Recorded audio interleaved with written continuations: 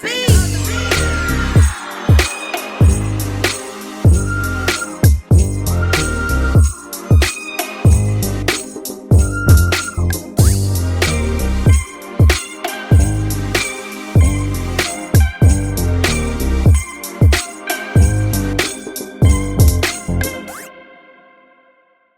up, y'all? Welcome back to Off Mic with Ivory. Welcome back to the pod where we have the conversations that we want to have about life and worship, but we can't have it on our platform mic. So we just going to have it here off mic with me. I am your host, Ivory McDonald. Thank you. Give it up. Yeah, Give it up. yeah. I don't know what episode this is, but it's season 2. Huh? We are here with season 2, and I'm so excited. I want to give a quick shout out to all y'all that have been rocking with me from day one, to everybody that clicked, shared, liked, subscribed, all the things. I appreciate you. I love y'all. And for those of you joining for the first time, welcome. It's a safe space. We just gonna have fun. We just gonna talk. We gonna be real. We gonna be loud. We gonna be a little crazy, huh? Mm-hmm. And I'm churchy, so if you hear me say "huh" all the time, I'm churchy. Glory. But I'm really excited about this conversation. I'm excited about the guests that I have. I wish we had like the camera. We did have the cameras running, right? Because we legit had our own like. Whose phone is that? You were getting called out, sir. Right. I did. It's me. I thought I put it on silent. It's on vibrate. It's all good. Just Listen, I did tell you this is an informal conversation. All right, so let me introduce my guests. I'm really excited about my guests.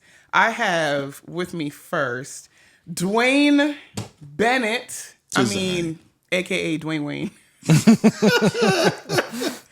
But we got Dwayne Bennett. Y'all give it up. Y'all put your hands together for Dwayne. Y'all put your hands. Amen. He is a husband, father, producer, organist. I'm sure I'm missing a whole lot. I just be bootlegging for Jesus. Well, okay, so go back to the episode before where we did a solo pod with Dwayne, get to know all the things about this man of God. But, brother, thank you so much for joining me again. I'm happy to be here. You are so churchy. I feel like I need to call you Bishop. Hey, glory. That has been done before. Bishop. Okay, moving on. And next, okay, I'm going to say, should I say it now or should I wait? I am so excited about this next guest. I feel like I've just now started to get to know this man of God. Connor Newcomb is in the house. Y'all give it up for Connor. He is a husband. He is a father of 2, brand new baby girl. I won't say her name. I don't know if you want me to say her name, but baby girl, you just welcomed a new baby girl, and you are a production director. So, technology, worship, all that good stuff. Amen. Production director at the same church that I actually attend, and I've seen you, I've known you for 2.5 years, but only of late have I really gotten a chance to talk to you and have a conversation. And so I just got to tell this story. So I knew I wanted to have this conversation. Y'all are like, what conversation this is about? I want to talk about, this might be controversial, so y'all hold on to your butts, okay? Just, amen. Just saying. That's my favorite line from Jurassic Park. Yeah. I want to talk about production, the great divide, and I put this in quotation marks because it's not supposed to be, but real talk it is. The great divide between production and worship ministry, which is weird because I feel like it should all be together. Yeah. Right? But I knew I wanted to have this conversation. I was like, Lord, who am I supposed to have this conversation with? Because if y'all remember in season 1, I kept saying, this is a podcast for worship leaders, production people, but I never had a production person on, right? You was being biased. I wasn't trying to be. I just didn't know who the right person was.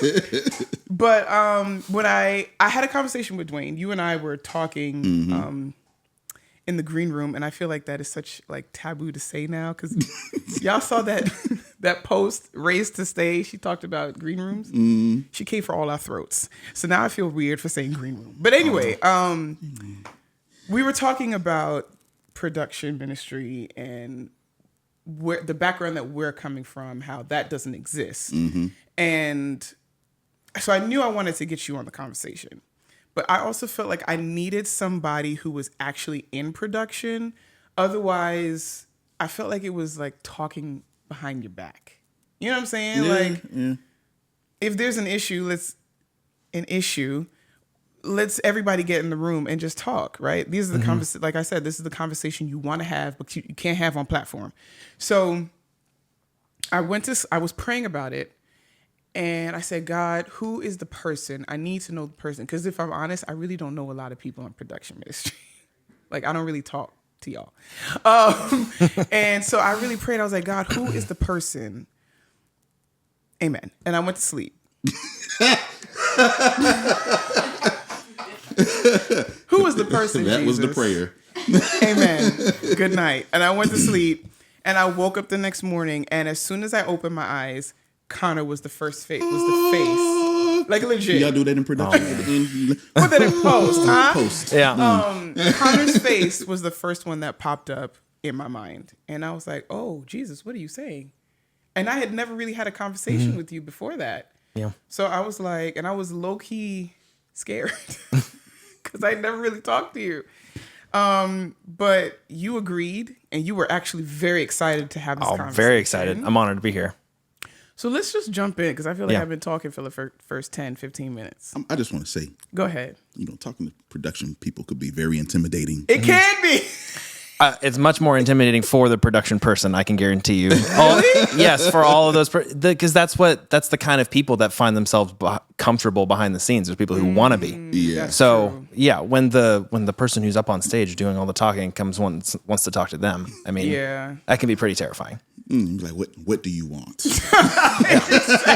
And we're going to get into that. Yeah. Okay, so let's just start here for those who don't know what production is.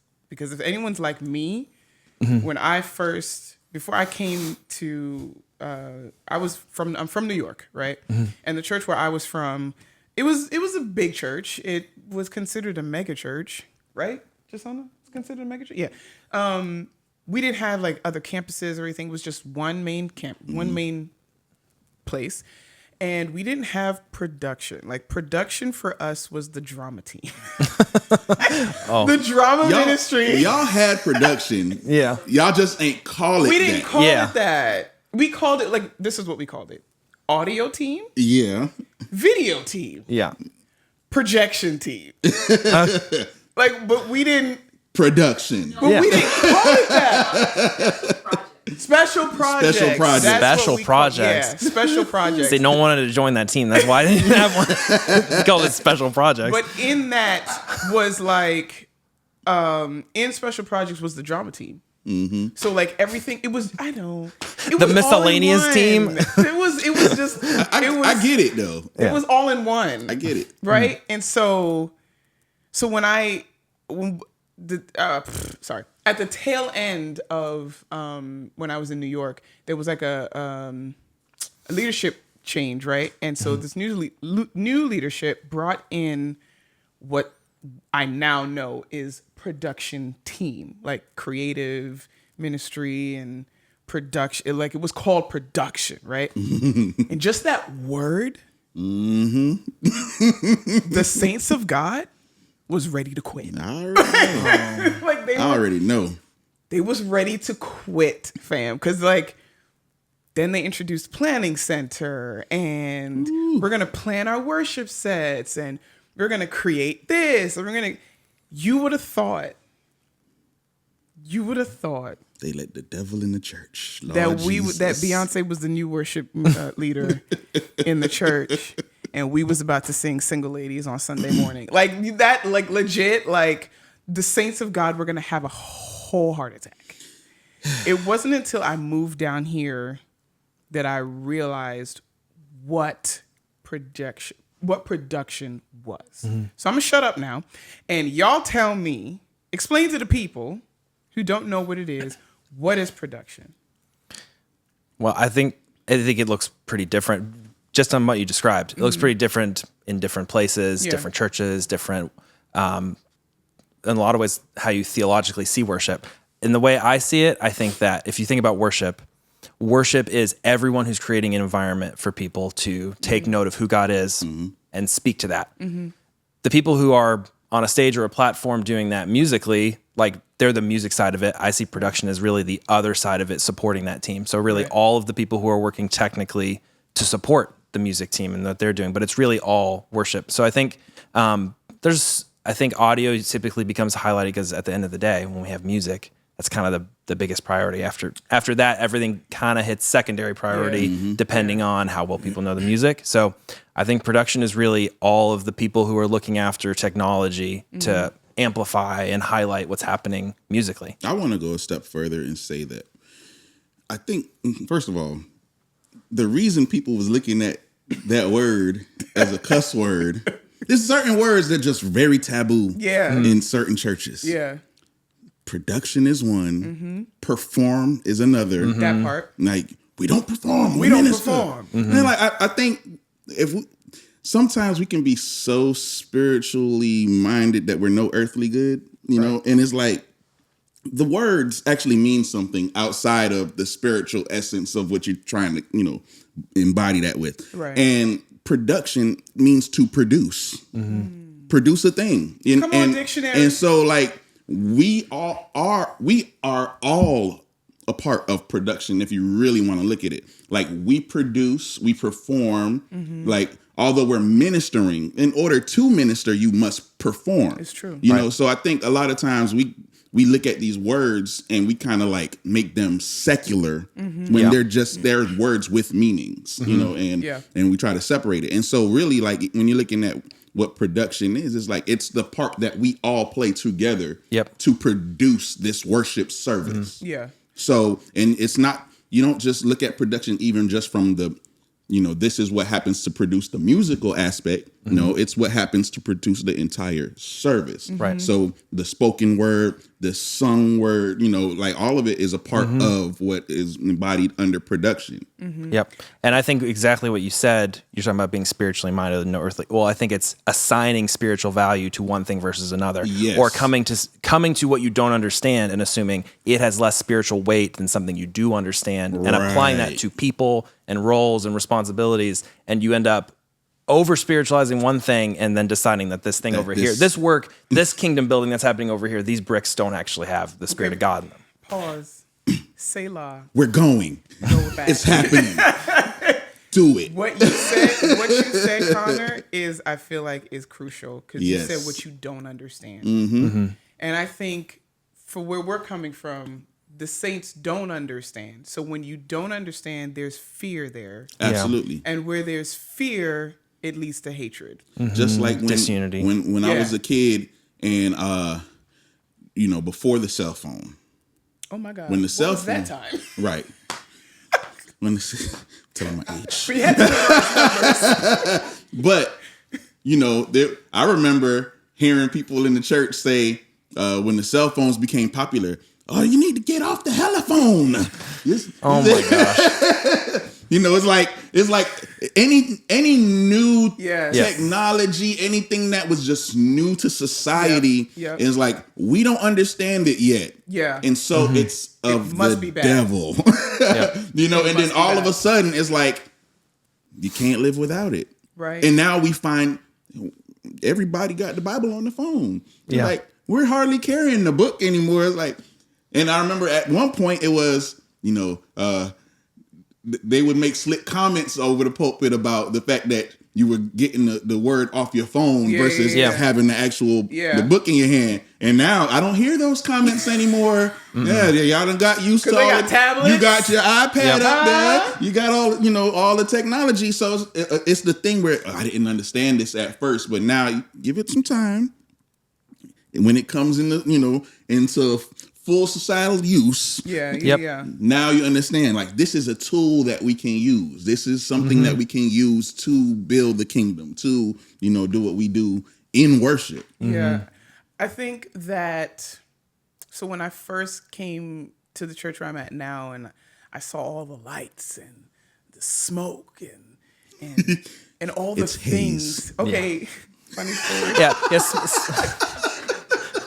We're not smoking. There's no fire. I used to be like, are my glasses foggy? What is it? Okay, but I think that when I first came in, I will be very honest. I can only tell on me.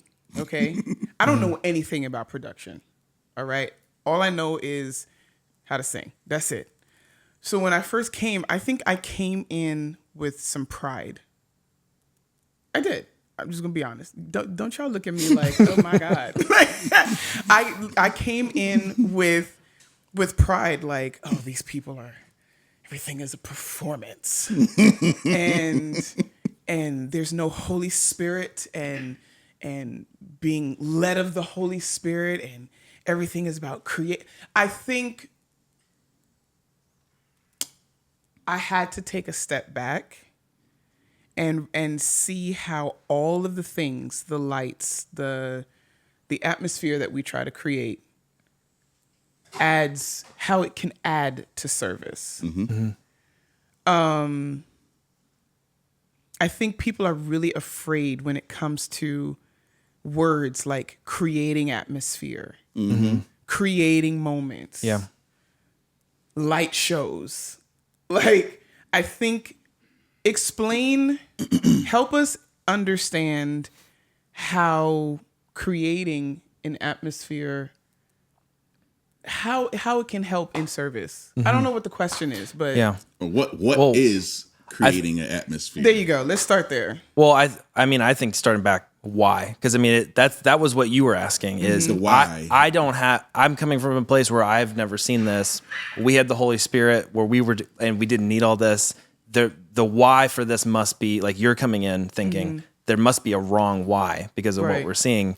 And I think we talked about this earlier in the week before we got here, but I think that's the question you have to ask yourself is, at the end of the day, if we can have worship without any of the technology, you can do it without the band. You can, it can be somebody singing, not even on a stage. And the reality is, if you have bought in believers ready to worship God, the very mention of his name would bring them to their knees. Right. That they would be in that moment. They don't need AC. They don't need a venue. They don't need any of that stuff. Right. And the fact that you would resist worshiping or not be into it because you don't like that song, you don't like the BPM, you don't like the way, that's ridiculous. That's dishonoring to God. So why spend some places a little bit of money, some places a lot of money? Why have staff? Why do all of those things? Because I think it's the same answer all the way around.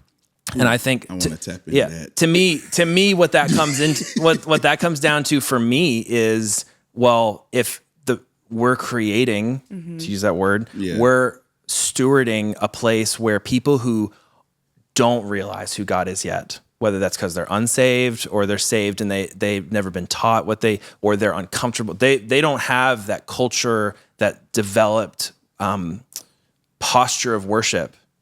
And they're afraid to take that next step. So, or they're insecure about it, or they need to be led that way. To me, what we're all doing, whether it's on or off the platform, we're all trying to create a space where that next step is easier. We can bring somebody right up to the face of God because they can't walk there on their own. We're going to carry them. Okay. And to me, carrying them is creating that space. I think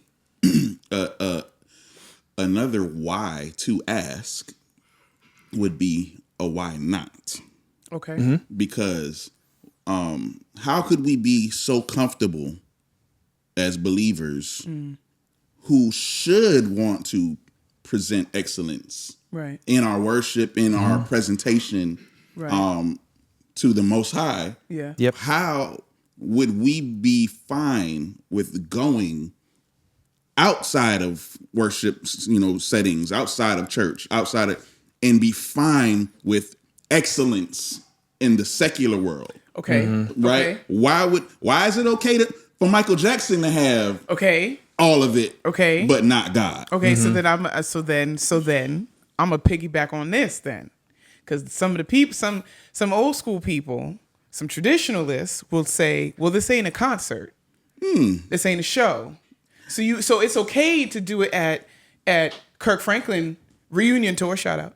It's okay to do it at Michael Jackson, but this ain't a concert. This is church. Well, why are we doing this at church? I beg to differ. It is a concert. Talk to us, man of God. For an audience of one. Oh. Snap. Who we performing for? Oh, Jesus. Bars. I've never heard that. It's his we're doing a concert for Jesus. We got to give him the best. I mean, I would ask them, earth. What does it mean? What specifically? What do you mean? It's not a concert. It's not what? There's a full band up there. We're making music. You don't like the why of the concert? Well, guess what? We have a different why. Okay. What's wrong with the comparison? This is good. Y'all coming from a throat, right? Like it's right not you. Now. Like, It's people saying things out of fear and unfamiliarity or concern of where things could go or could be, not really taking the time to think through what we're talking about. Right. Instead of just being afraid. Okay. Does Jesus not want to dance? He want to dance too. Do you understand what you're doing to my I do, but but sometimes it really takes, and I'm being lighthearted with it, but the reality is sometimes it takes a different mental space to really like see it. And other experiences. Yeah. Going to different places. Yeah, like I mean, come on, like when a lot of times us as believers, we look at the Bible as this fictitious, like a world that really didn't exist, but just stories, right? And if we could stop doing that and really look at like, no, this was a time where things were existent and really existed. And now we're in a different space in time where things really exist. Like, let's say 3,000 years from now, if the world was still in place and all things were here, there could be another book written about our experience in this time and space that somebody may say, I'm reading this book because I'm learning the basic principles of what to do and what not to do based on this time that these people lived. And if people could start thinking even from that space where, you stop making the spiritual and the biblical world this fairy tale or just even this thing that just doesn't seem like a reality. Like, why wouldn't Jesus find joy in music or find joy in a dance? Why is it that everybody else in the scriptures can dance? Why we talk about David dancing? Does it not make sense that another man who was on this earth in the body of Jesus Christ would want to dance at some point? We just don't acknowledge it. But hey, I think Jesus likes music too. Yeah. I mean, God created it for us. I think he finds joy in the excellence that production brings. It honors him. Yes. It honors each other. It honors God. It brings a demonstration of value. And at the end of the day, us being creative and putting ourselves into what we're doing, we're not really putting ourselves into it. We're actually taking what's unique to us, given to us by God. When we beyond just making it happen, when we take the time to put what is unique to us, our gifting into something, we push toward the end of what we're capable of. That is us indwelling the Spirit of God into what we're doing.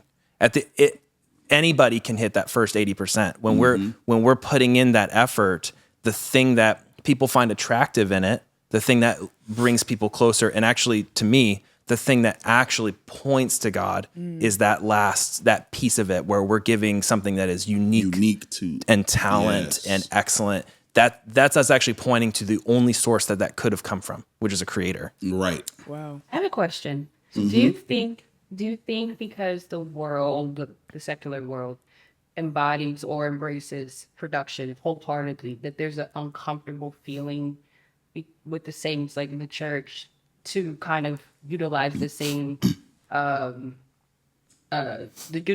production? Like, do you think that's why there's an uncomfortable feeling with it in the church? I think so, and I think because access, and I mean media wise, like what you see, what's presented in front of you, more likely is what is of the world. So we see more than likely, or easier to see, the Beyonce concert being thrown at us from every angle. I ain't trying to pick on Beyonce. No. I only used her because I was using Michael Jackson, and of course Beyonce is the more relevant artist right now. So we see her, we see the Taylor Swift, we see that being thrown at us all the time, and from the expert, level, high production value, all of that, we see it thrown at us all the time, and we don't see it enough from the church side. So of course, there's so many layers to that. I think we just as easily as we spiritualize things, we secularize things, and that's just secularizing something that doesn't have an inherent lack of or intense spiritual weight.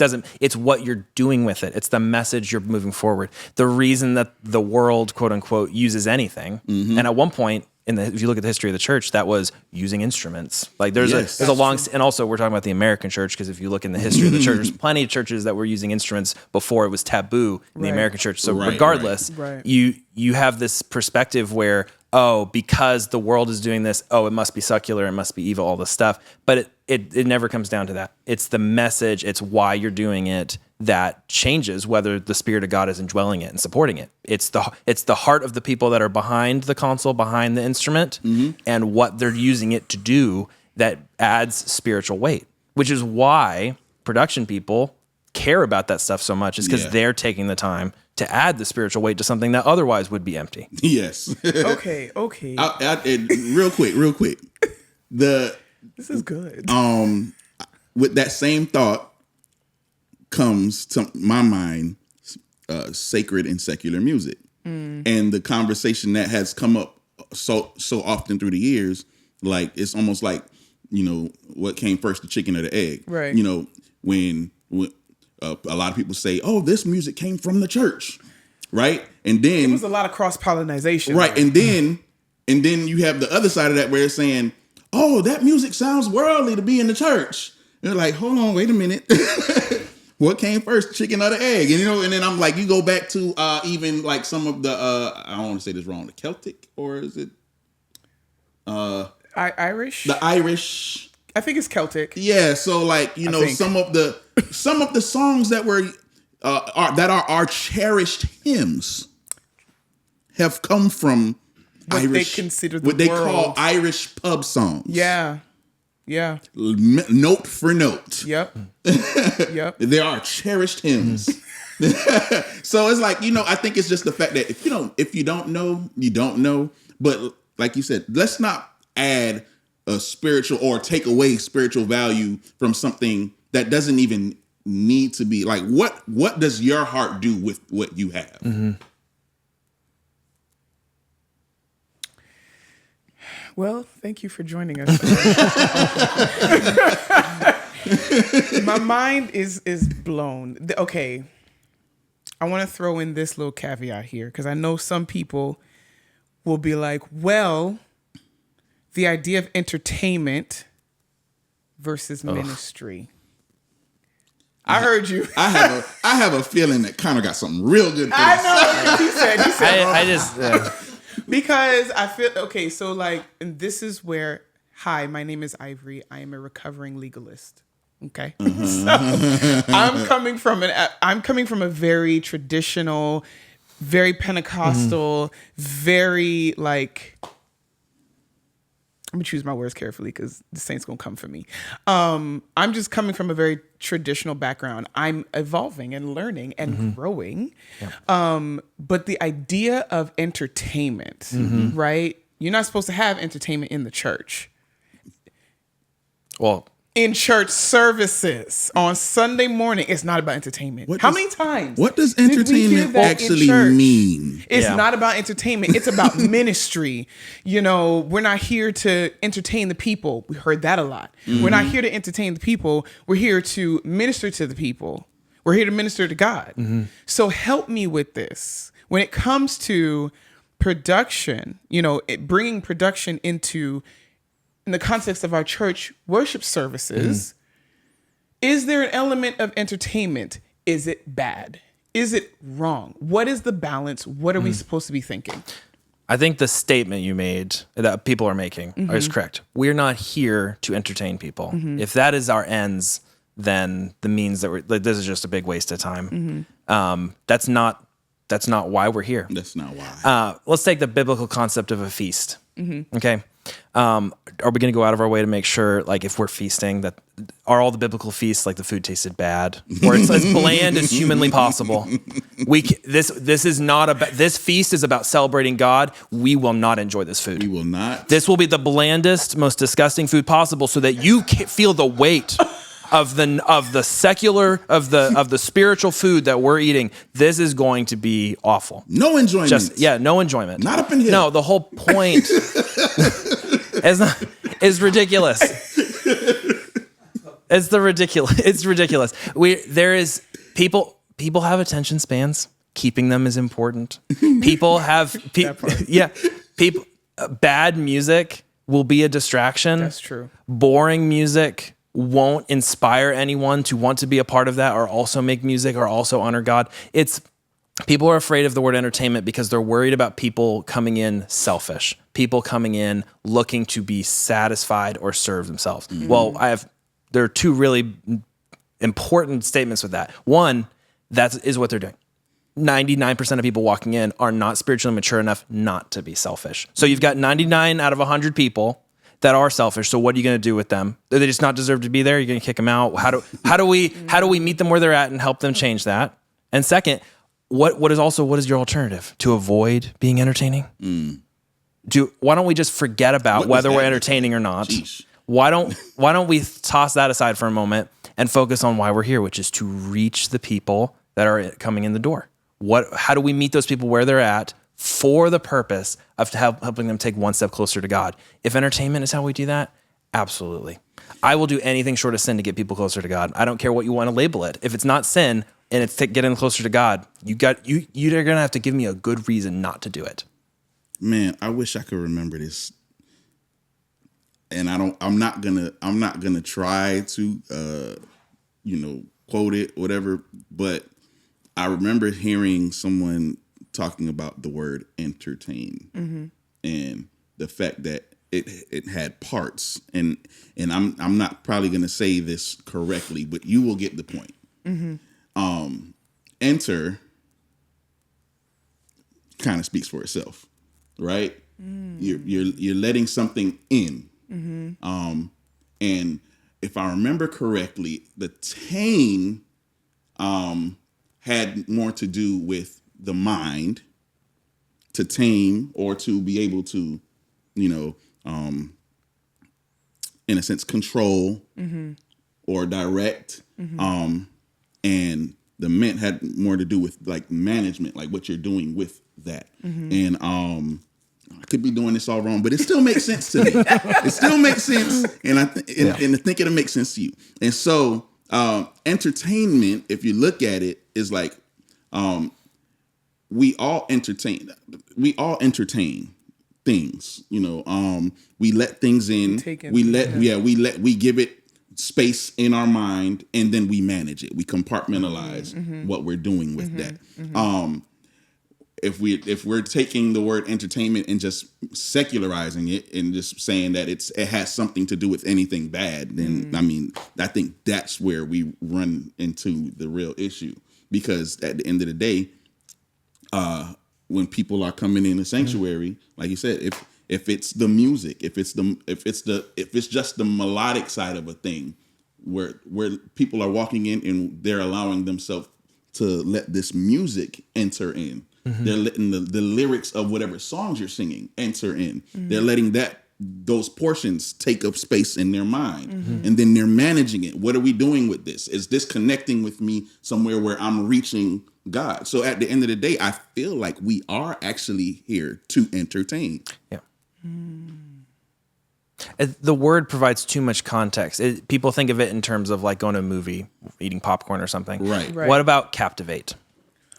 What about to refocus somebody? Like we use these words again to attack what we think, what we're afraid of, what we think is secular. The these words are empty outside of the context we're using them in. It's why.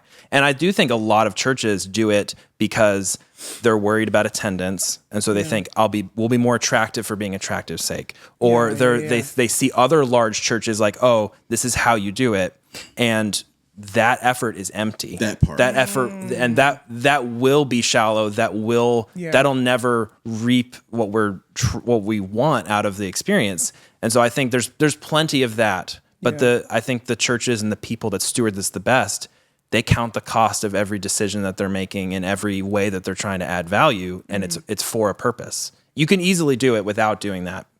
Anyone can spend money. Not everybody can spend money. If you have the money, anyone can spend it. But it's really what your express purpose is and what you're trying to do. And if you live out every single decision you're guiding your volunteers, your staff, whoever you're looking after, if you are helping them to count the cost of their time and their decisions and the equipment and the music and the people, if they're looking at all those things with the intention of how can I point back to God, how can I add value, you probably will end up with something that looks pretty produced and is special. But that's because when the people of God indwell themselves in what they're doing, it has wow factor. There's no way around it. Yeah. It could be at a very small scale or at a huge scale based on your resources. But I guarantee you, every single time the Spirit of God showed up, people were in awe. That's going to happen. And if that happens with lights and sound and video and people singing and drums and guitars and all that stuff, that's just because that's what we were using. That's because it was relevant to people and they were used to it, but it's going to have that factor. That's what we had access to. And just to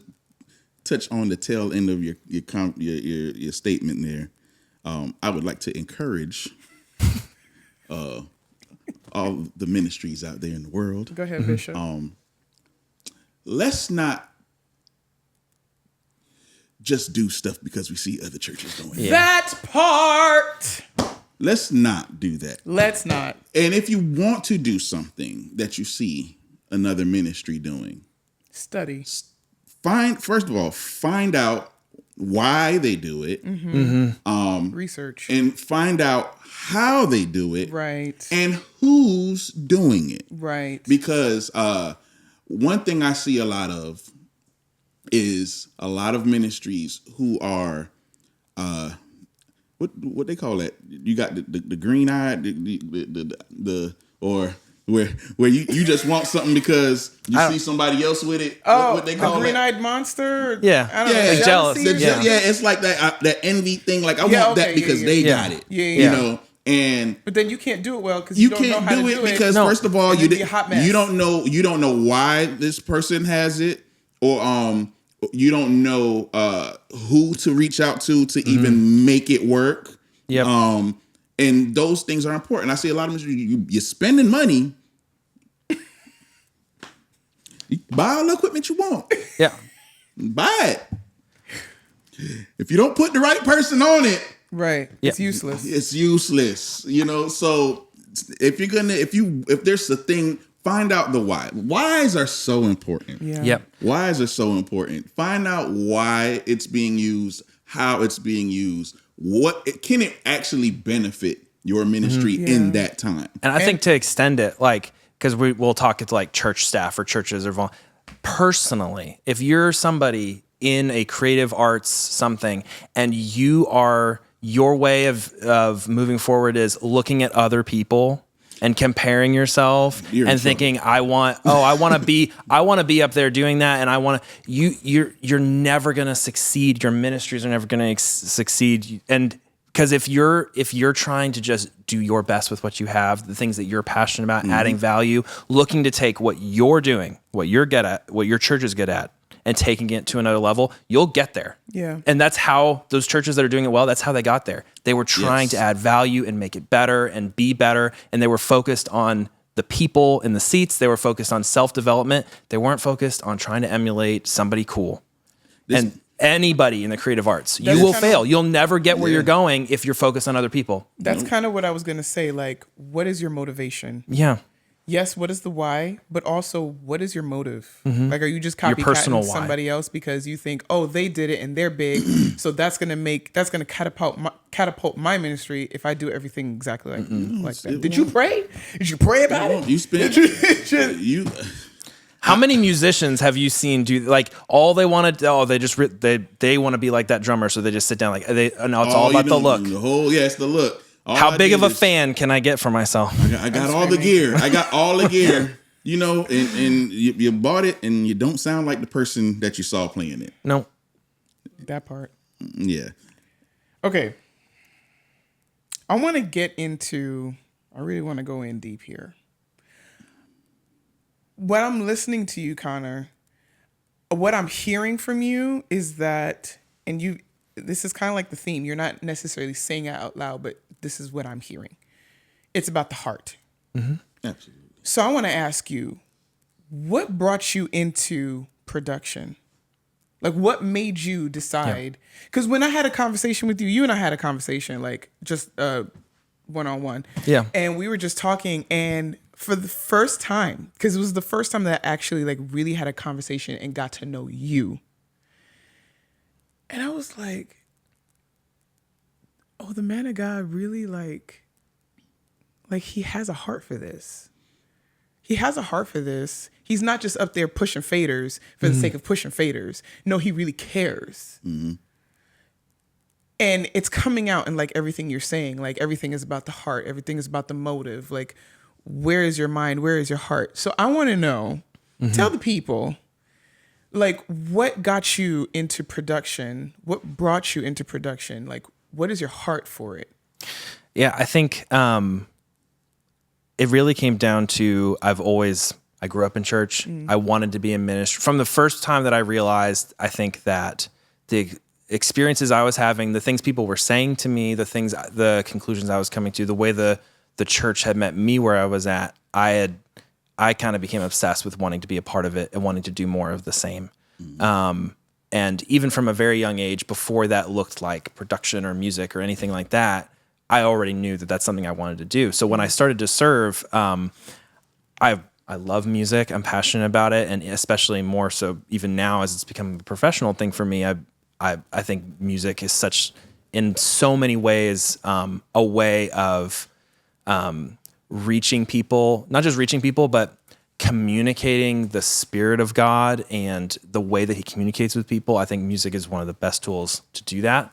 But I had no idea that there was a technology aspect to it. And I was good with technology, and I found myself in a place where suddenly my gifting aligned with an opportunity. And for me, and I guess there's a lot of people who come to the production world that don't follow this path.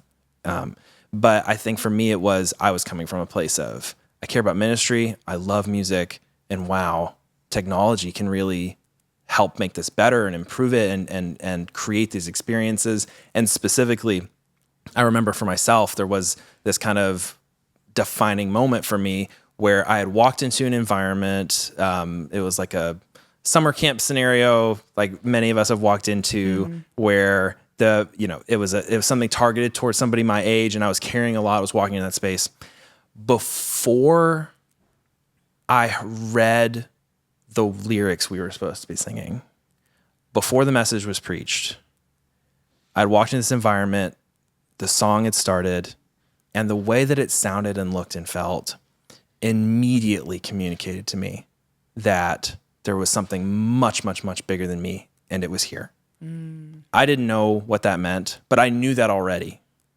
That moment and the moments that followed and all the lyric, like all the stuff that ended up getting sung, that moment of initially feeling that opened me up to the rest. And after that experience and many experiences like that, I told myself, I need to be a part of making that for other people. Yeah. I need to be a part, because I'm very, I'm in my head a lot, and I'm my own kind of limitation on being able to like get where I need to in my own mental health. And I was just kind of amazed at how the people of God working together, being able to create something that, again, at face value, people would say isn't necessarily spiritual. We're talking about how big the drum sound and the guitar and this opener and all this stuff, things that we think of as very secular and it's entertainment. It's just, wow. Well, for me, that communicated that there was something bigger that I could be a part of. There was something bigger than how I was feeling. It unlocked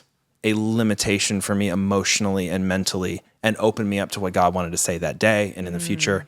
So it's always been that, because of those moments for me, I don't have a disconnect personally, because I saw it, I felt it, and that's what I do. Yeah. And that's the heart that I'm coming from, is want to create that for other people. And what do you do in church? Like, what is your role? I grew up mostly running sound. Okay. But again, I think being good at technology, you end up kind of like, oh, this kid knows how to do that. Yeah. Could you also? And then my first like significant experience in that was one of those things of like, oh yeah, I can come help, and then you get kind of drug into the sound booth, and then it's like, I got to go back to the stage here. You got this, right? And I'm like, okay, I could do it all. And so, but I love that. I loved getting to steward that. I found lots of ways that I could add value and help out in that way. So I ended up kind of doing a little bit of everything. Because I'm most passionate about it. I love music and I love producing music and I love running sound and making things better. I love getting to serve worship team members and being able to take whatever they're doing and elevate it, make them feel safe, make them feel like they have a platform to do what they need to do and elevate it. And so mixing, running sound, and just connecting with music, to me, I'm a little selfish in that regard, where the times where I've had to do production centric stuff that takes me out of the room and out of the moment and out of the music, I don't feel as passionately about, not because it doesn't matter, because I just love the Sunday. I love being connected to the room. And I have a family member that serves in worship, and so I've always been very connected to it, but I've had the benefit. It's always funny talking to them, because you guys don't actually have, honestly, the best experience leading from the platform. I get to be out there and see it and feel it and be a part of it. So I've mostly spent time doing that, running sound. Somewhat recently, I'm in a leadership position looking after all the aspects of it, which is so much. I love anything that contributes to the environment we're creating. But it's, I've looked after just recently, especially like all of the different ways that we can add value to that. And so I'm going somewhere with this. Don't worry, I'm going somewhere with this. So Dwayne, when I met you as an organist. But then in talking to you, I realized you're also a producer. You also are involved in production, maybe not in the church where I'm at, but like you talk the talk. I be bootlegging for you. So like what aspects of production are you familiar with that you do? So yes, because I want the people to know I do produce. They know what these people. They know what they're talking about. Yeah, I grew up in church. You know, the little kid. First of all, my family, most of my family has something to do with music in some way, shape, or form, and so I grew up in church around music, and grew up having to learn how to play multiple instruments. So there's people who knew when they first met me, they thought I was a bass player, and then there's others who met me. They was like, "Oh, you know, Dwayne, he play drums." And, like, and then so you met me like the organist, you know. But then outside of that, you know, it comes like you said, it's the thing where, hey, something's going on with the sound. I need you to figure it out. Right. You end up in the back the sound booth, and you be like, "Oh, okay, all right." Then start turning knobs, and you know, and that spills over into a whole thing of now, you know, you end up, you know, producing music and mixing and doing different things, and then, you know, just understanding the different elements of, you know, production, whether, you know, understanding that you don't put the light behind the person if you're trying to, you know, it's like you go outside, try to take a picture. And you're like, you're in front of the sun, the picture's gonna come out black. Same thing with lighting, you know. So it's like you start ending up dabbling in these different areas, and that's kind of like where I've lived. Like, the jack of all trades, master of none kind of person. You know, like I dabble a little bit in everything. Okay, so here's why I asked it. This is why I wanted to give the people context behind who y'all are, right, in this conversation. Because what I'm hearing, and fun fact, so like you, brought up in the church, at some point, I found myself also behind the audio console. Like, hey, the audio guy is gone. Ivory, we need you to go figure it out. Like, this is a mega church, fam. Like, y'all just gonna put me in front of this digital board? What? And I'm like moving faders, but like because I'm also a singer, like I can understand some things. I'm nowhere near y'all, so don't ever ask me. But I'm just saying. So the reason why I asked y'all is because what I'm hearing is it's worship, technical, worship and technical and worship. So here's my question. Why is there a divide? Because what I sense, and this is everywhere, this is across the board, fam. There seems to be this great divide. You got worship ministry, worship being the singers, the worship pastor, the band. That's the first divide right there. Right? And then you have the technical people, the audio, the lights, the video, and everything else. Well, that's the first problem. Why? Because we determined that worship was only the people on stage and not the people off stage. Well, the people off stage are worshiping as well. They just do it. It just looks different. So, like kind of said, his worship is making sure y'all sound good. Right. Right. Like that's a part of his worship expression. Right. Is to make sure that what's going on the platform is presented well. And I think the first divide is across the church board. I think we separate the two and think that one is just technical and the other is just worship. Yeah. And then here's where I think pride be coming in, right? Because the worship people be like, the technical people don't know Jesus. Hey, I'm gonna say this. I'm just being like, I'm gonna say this. Kind of, you punch me in the neck if I'm out of pocket. But, and you know what?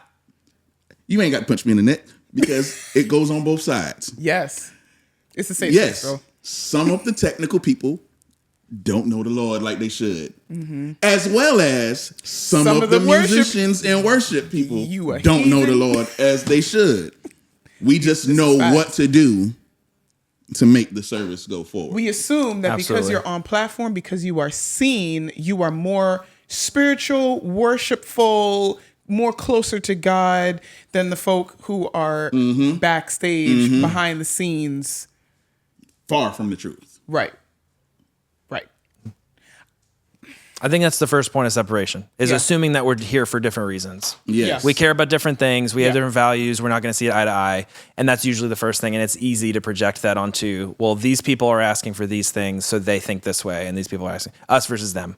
But I've seen, even when you're in alignment, even when in a healthier church or in a healthier place where like, oh, we're on the same page, you still end up with a divide. And so I think the next after that, even when you're in alignment about why you're there, you end up with this misunderstanding, lack of understanding, lack of communication between each other. And that's consistently how we see disunity function in any part of the church, is not understanding each other and a fear that comes from, or misunderstanding and not being able to bridge the gap. And I think unfortunately, it's just the nature of things.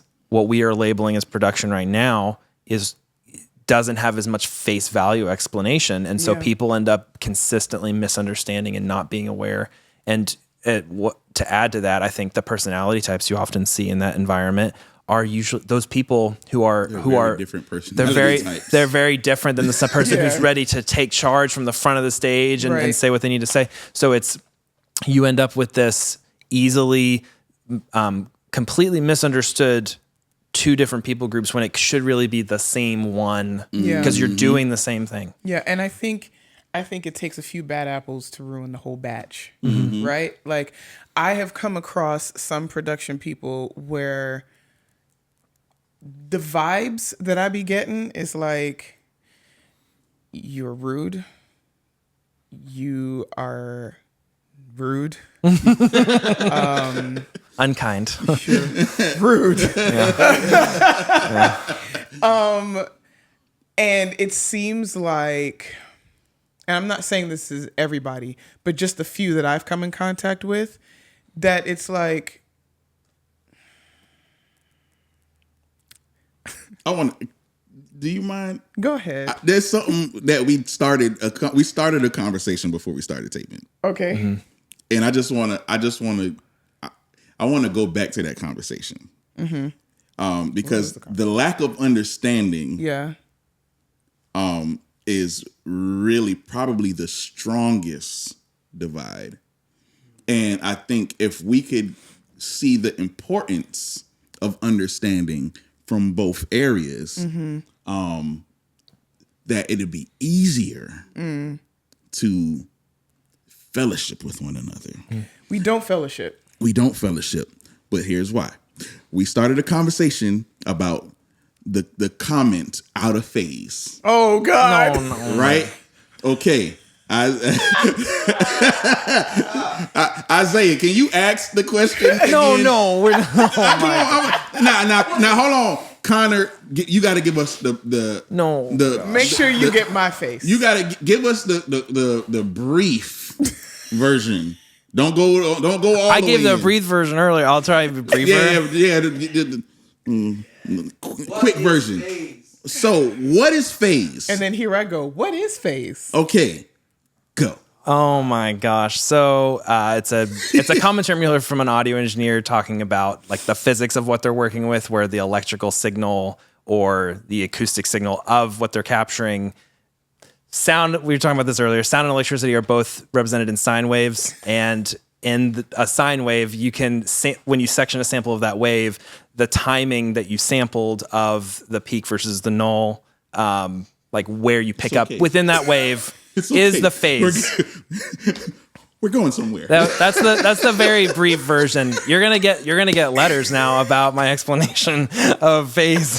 It's okay because he's cut. That was very abbreviated. He cut through the tulips. Right. But your face was like, what are you talking about? The confusion on your face is a prime example. I don't care. Of why, but. We should. Yeah. Not but so this is about phase. This is, I think, what leads people to actually miss out on understanding each other, because it's not about, and this has to go both ways, and I think this is actually the part that is the most both ways about it. It's not about understanding how and exactly what I'm doing, and that's the part that's actually missing is, and this is where you brought up pride. It's understanding the person and trusting that what they're caring for matters. Mm-hmm. They shouldn't have to explain it to you because you'll never get it. I would never be able, and I think let's actually take the technical side out of it for a second, because you were talking earlier, we see a divide a lot sometimes between what you could call the back line and the front line, the band and a vocalist. So if you might have a great worship leader that is solely a vocalist. That's all they know. They don't know anything about, but if they have a drummer who wants to take an extra 10 minutes because, the snare tuning and all this stuff, and I want to bring my snare and all, and then you'll, as a vocalist, you might be like, what are we wasting time with? Hurry up. Yeah. We don't care. Yeah. Pound the drums. Yeah. And it's okay for you not to care in the sense of you don't understand, you don't know, you don't see the value. It's not okay. I know. It's okay for you. It's okay for you to be in a place where you don't understand why. Right. But are you going to trust that your drummer cares about you?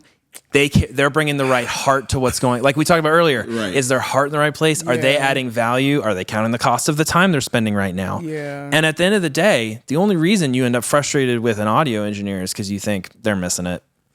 Yes. What they're doing, they're missing it. This is not adding, you're making the assumption that what they're doing is not going to add spiritual weight to what's happening. Yeah. So this is wasting time. Yeah. You're making the assumption that they're not spiritually minded. So whatever decisions they're making are wasting time. Mm-hmm. Yeah. You think they're really into this thing that doesn't matter. Can we get started? Well, they're really into it. Hopefully, this isn't everybody. My whole life. But hopefully they're really into it because that's their way of contributing to the kingdom. In fact, I'd go as far. It's very convenient to be somebody who can just pick up a mic and share your gift with the world. Yeah. It's very convenient for you to, not you specifically, you in general.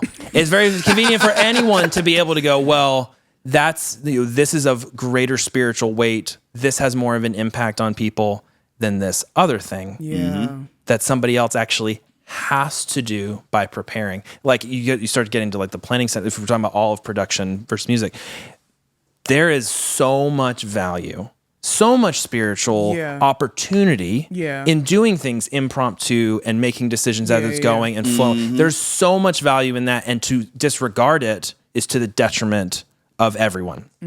But there are so many things, so many ways that we add value and we create these environments and we add our souls into what we're doing that can't be done in the moment. And it's no less important and no less valuable. And again, from a convenience factor, it's easy to be on the front of a stage and go, this is the way that the Spirit moves, when there's a whole group of people that the only way that the Spirit moves in them, the only way that they are able to share God's gift to them, their talent, is earlier in the week. That's all they have, and that's the way that they can actually share the Spirit of God with people. Let's move from the spiritual aspect. You might not understand why it's taking them so long to get a situation dialed in, but you will also be frustrated because if what they didn't get dialed in ends up making you sound like boo-boo, then you're upset because they didn't take the time to do what they needed to do. Okay. Go ahead. No, go ahead. I was going to throw in a monkey wrench here. Go to monkey wrench. I'm just speaking as a singer, okay? Because I've heard this a lot.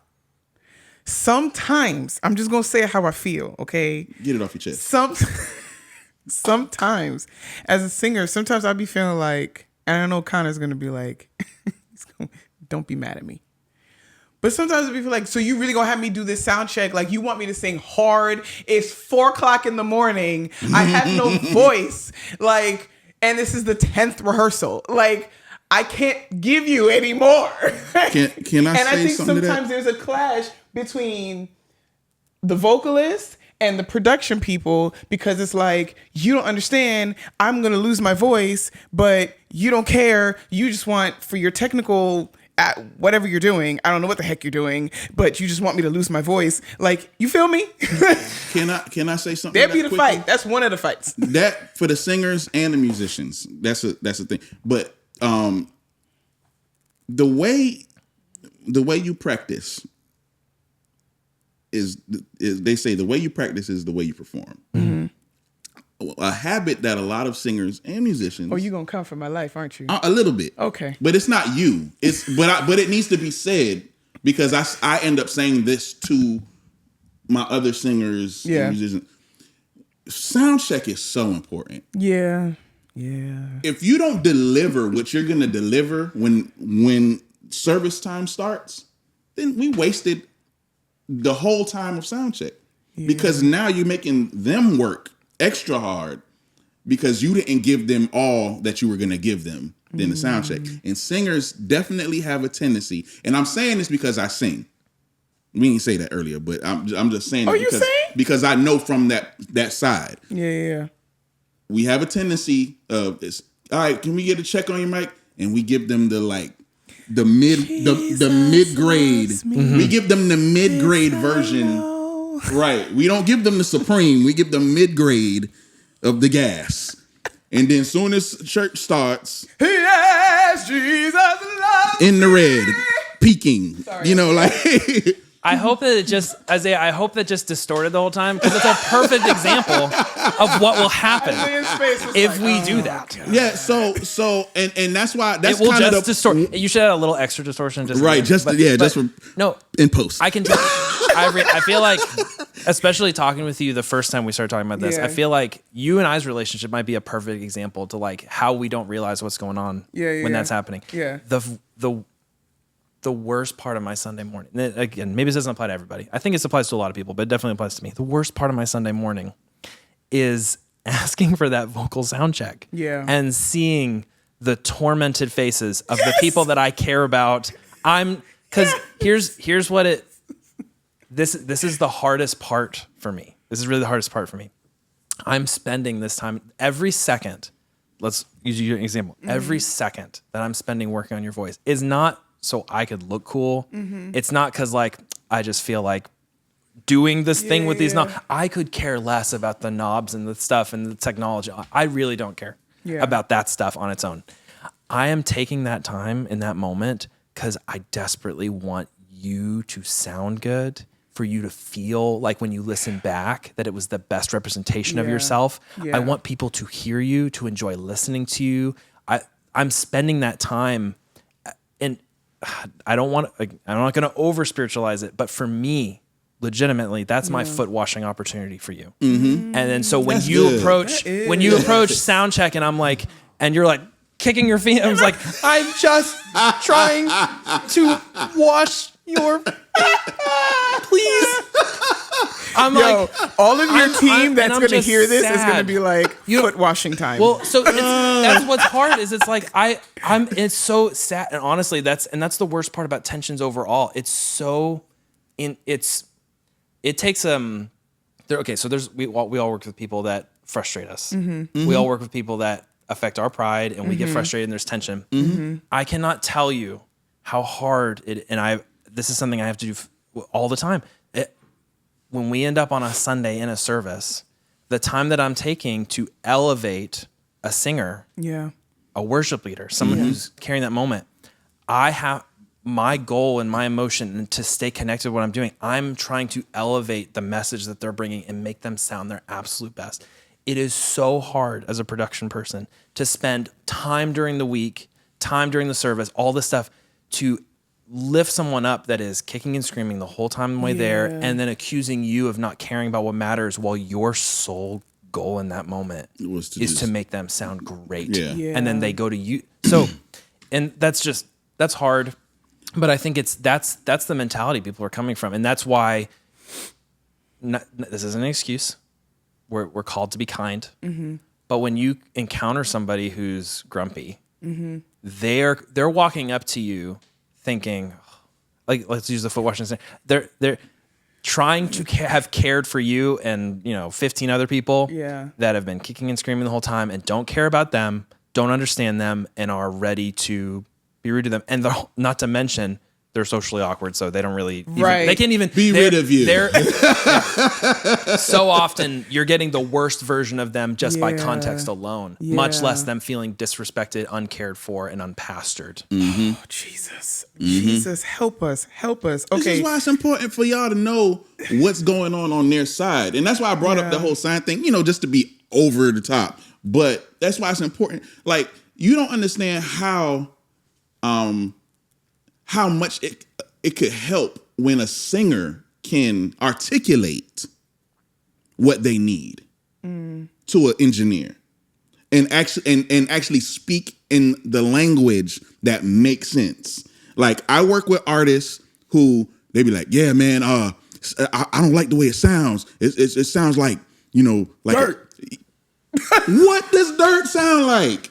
Like, or the only thing you can think to say is, it sounds muddy. Oh my God. My favorite, most consistent one, in a tin can. In a tin can. I have never heard anything in a tin can. How do you know what a tin can sounds like? No idea. So, but it means something completely different to every person. But I'm supposed to know. So that's why I said, the effort that I believe singers, musicians, and production should work on, the effort should be to understand each other's spaces a little more. And celebrate somebody, always celebrate somebody who has a passion and care for what they're doing. Yes. Nothing should communicate more to you the love of God than a drummer who cares about showing up on time, being prepared, having care. If they're a bit of a nerd for what they look after, that's because they're passionate. And I'm here for it. And hopefully, if they're actually, not just hopefully, if you encounter someone that is in spiritually in the right mindset and they're passionate about something, they have found a way to connect a talent or a thing that they do with furthering the kingdom. Their gold, their treasure. Let them do it. be a leader and say, hey, we only have so much, whatever that needs to look like, you can help sculpt them and direct them, but value that person. Don't dismiss them. Be like, oh, they really care about. You might need to get here a few minutes earlier. Yeah. Yeah. Okay. Tune that snare a little faster now when you're on the clock. Hey. I think this is so good. God help us, because I don't know about anybody else, but I feel like low-key convicted because I feel like we don't spend enough time getting to know each other. Because there's the greatest way to connect with somebody is to get to know them. Because then you get to know their heart, and then you're not just assuming you are of the devil. You don't know him. You ain't even saved. Get to know each other. You know what I'm saying? I'll tell the story. So, I'm trying to be very vague. I was working with a production person, and this person, we were clashing. Every Sunday we was clashing. There was an attitude coming from that direction. There was an attitude coming from my direction. You meet me with that energy, I'm gonna meet you with the same energy, bruh. And it was going on for a couple of weeks. And the person said to me, can we talk?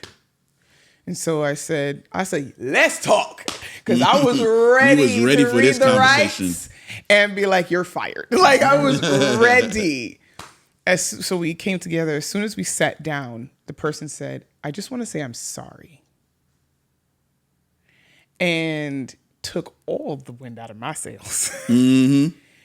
And he said, I want you to understand, I really do genuinely care about what I'm doing. And this is my way of bringing my worship to God. And I was I sat in my chair I suck.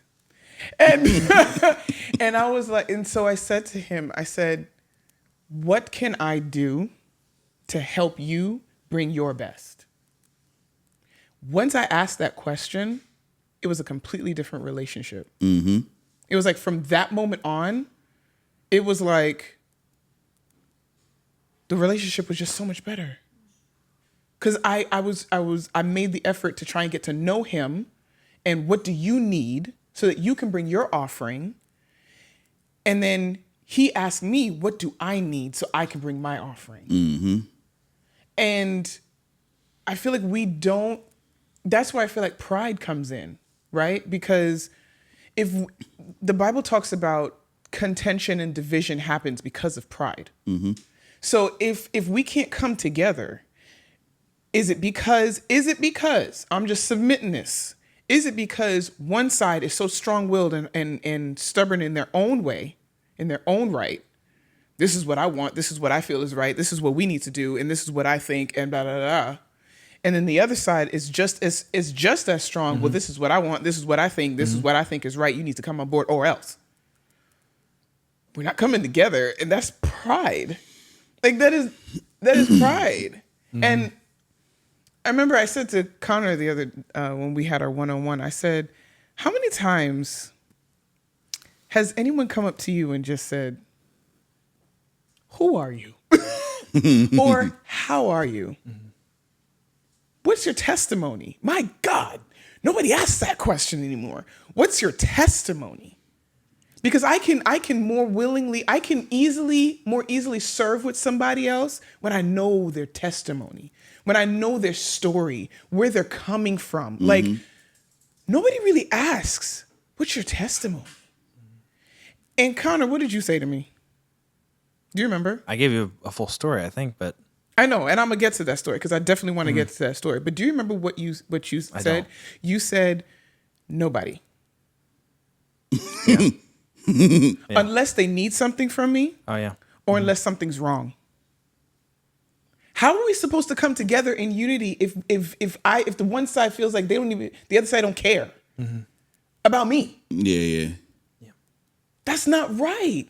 Can you tell that story about how one time you walked into? Yeah. I know which story you're talking about. I think I almost started crying when you told me the story.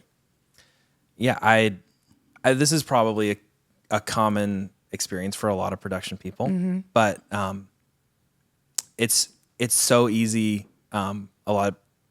Maybe there's places where production and worship don't share a green room. That would be probably the first disunity thing you should work on. Go ahead and share that. Share the green room. Yeah, let's share the green room. Yeah. But I walked in. I walked into the green room and it, honestly, this happened to me plenty of times. But walking in and recognizing that I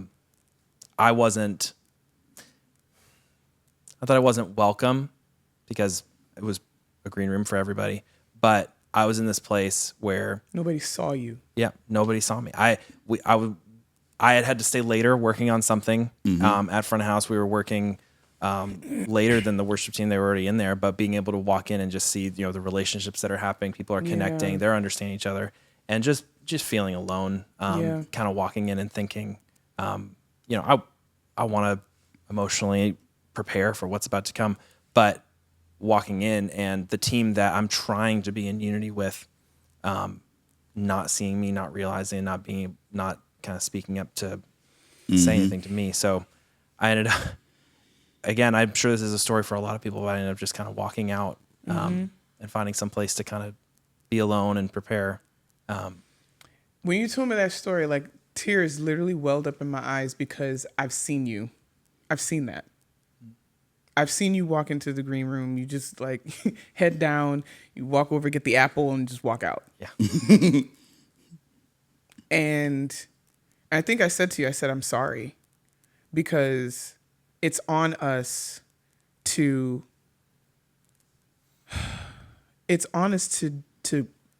create that connection and that relationship. Like, there's no excuse. There's no excuse. Everybody wants to be seen. At the end of the day, that is one of the basic things that human beings want, is to be seen and to be heard. Yeah. And it makes your job so much harder when you feel like you're doing all this stuff, you're doing all this, and nobody cares. Yeah. Nobody sees you. I think it can be really hard. This is more of a general thing. I think serving in ministry, especially trying to be in a leadership position in ministry, we celebrate extroversion. We celebrate. I was actually we celebrate joy. We celebrate hospitality, and those parts of that are so great. But I think it's important for people to know that you're not spiritually immature or weak because you walked into a space and didn't feel like you could connect that way, or you felt alone.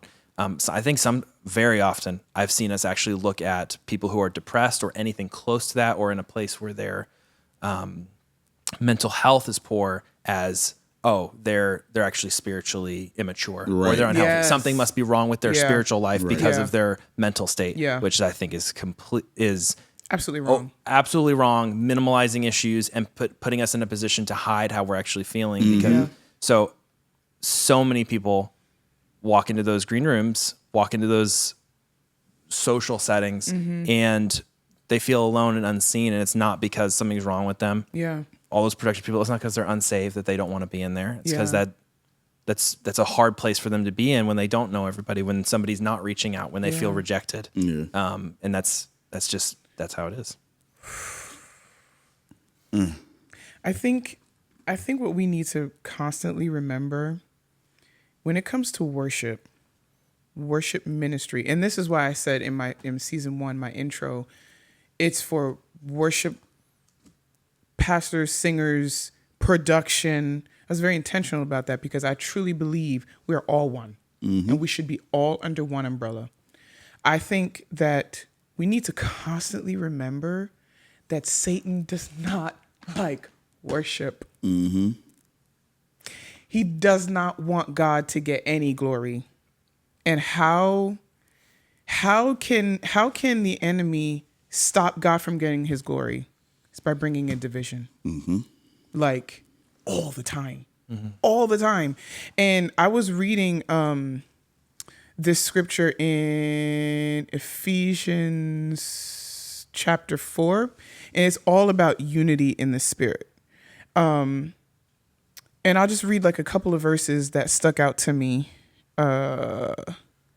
This is Ephesians chapter 4, verse 2, with all humility, forsaking self-righteousness and gentleness, with patience, bearing with one another in unselfish love.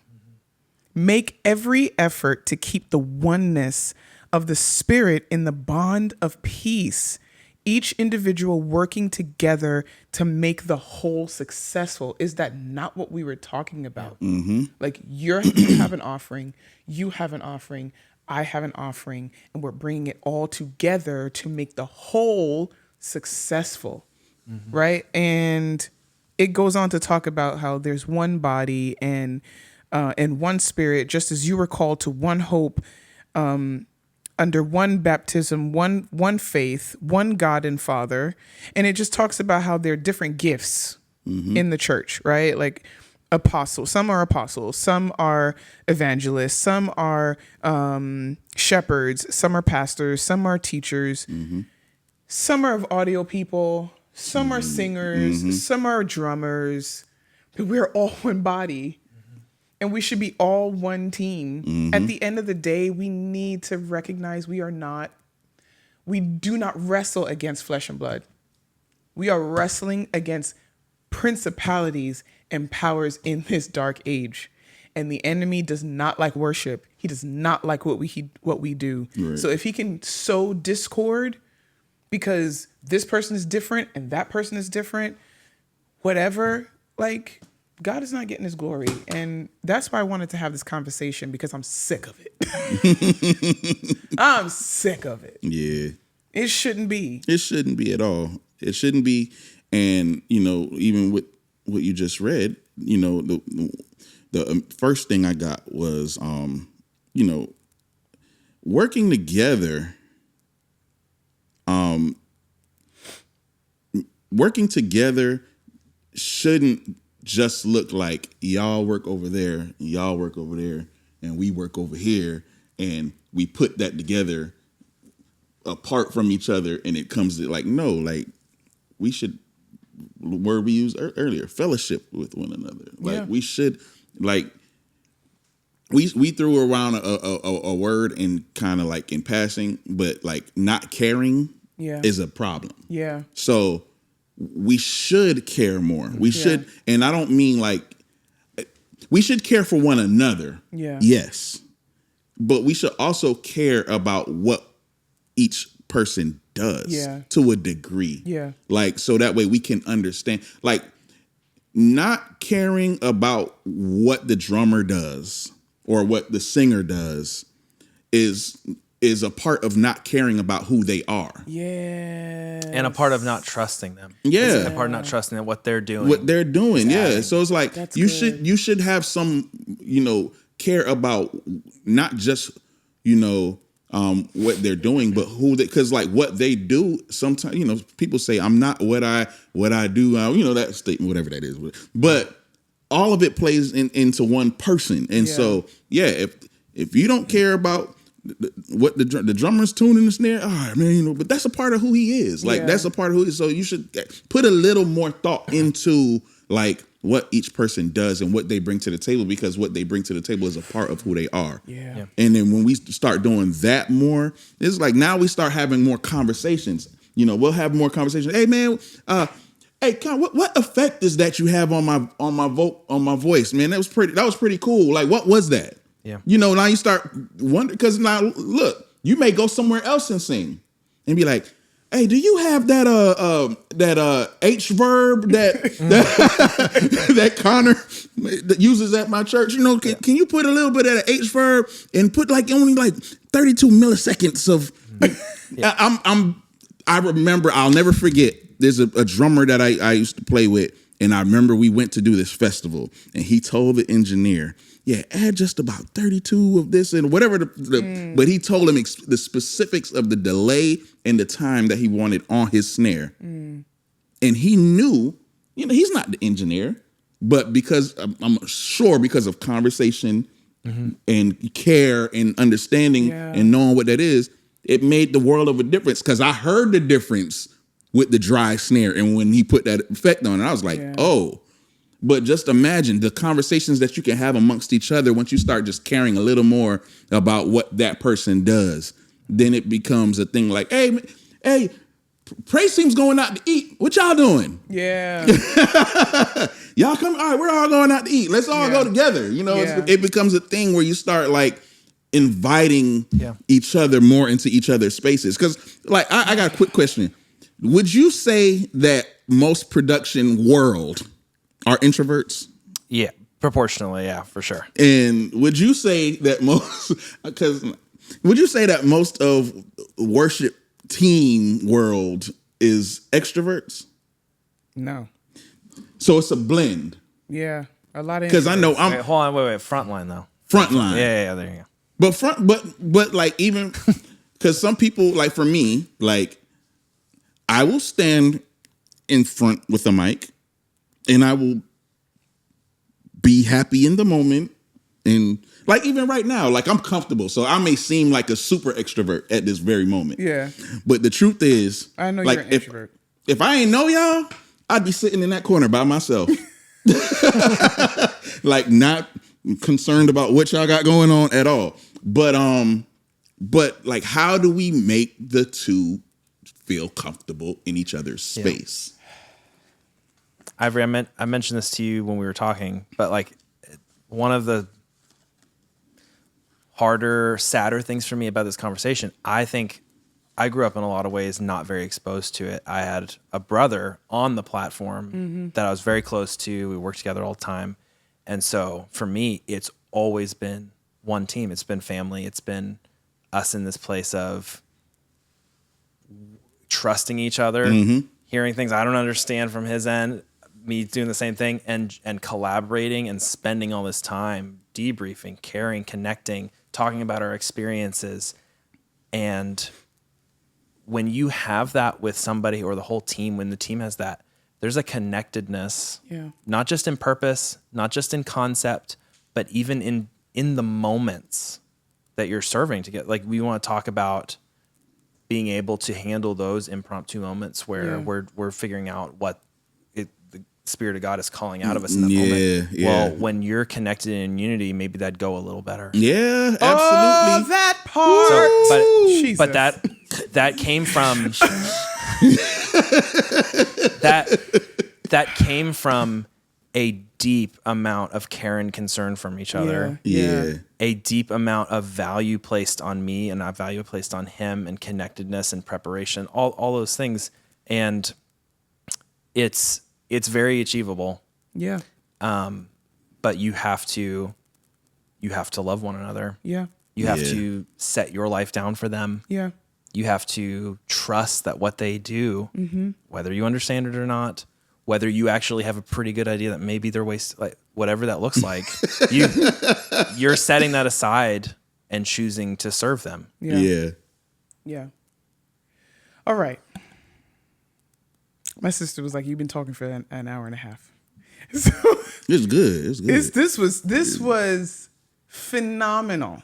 This was so stinking good. But we gotta go. Amen. I need to use the bathroom. So how do you wrap this up? Goodbye. No, I'm joking. I just want to say thank y'all so much for this conversation. Thanks for having it with us. Yes, because I don't know anything, so I wanted to this was my time to learn, and I think we all learned from each other. Absolutely. And y'all dropped some gems. I really hope y'all heard this conversation. I hope it convicted you. I hope it challenged you. I hope it blessed you. For any of our production fam, I hope it encouraged you. I hope you felt seen and felt heard in this conversation. God, we need healing. We need healing. Dwayne Rain, if the people want to find you, because I know you're doing some things, what are the things that you are briefly, like 30 seconds? I ain't doing more nothing. like 10 seconds. I ain't doing nothing. No, you doing stuff. You can find me, but give us your social. Saint Orbin 81. That's SAINTORBIN 81. We'll have it on the. Yeah, it'll be down there. He's being too modest. He's got a project out. You've got how many?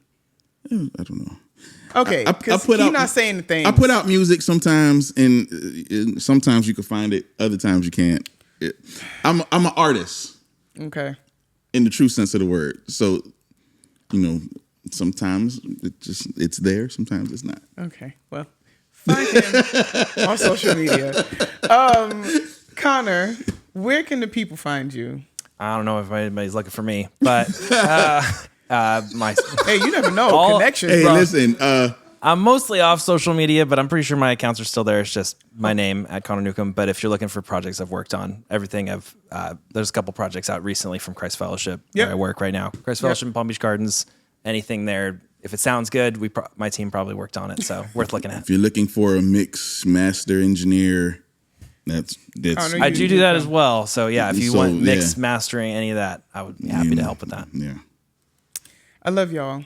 So I really hope thank y'all so much for joining me on this conversation.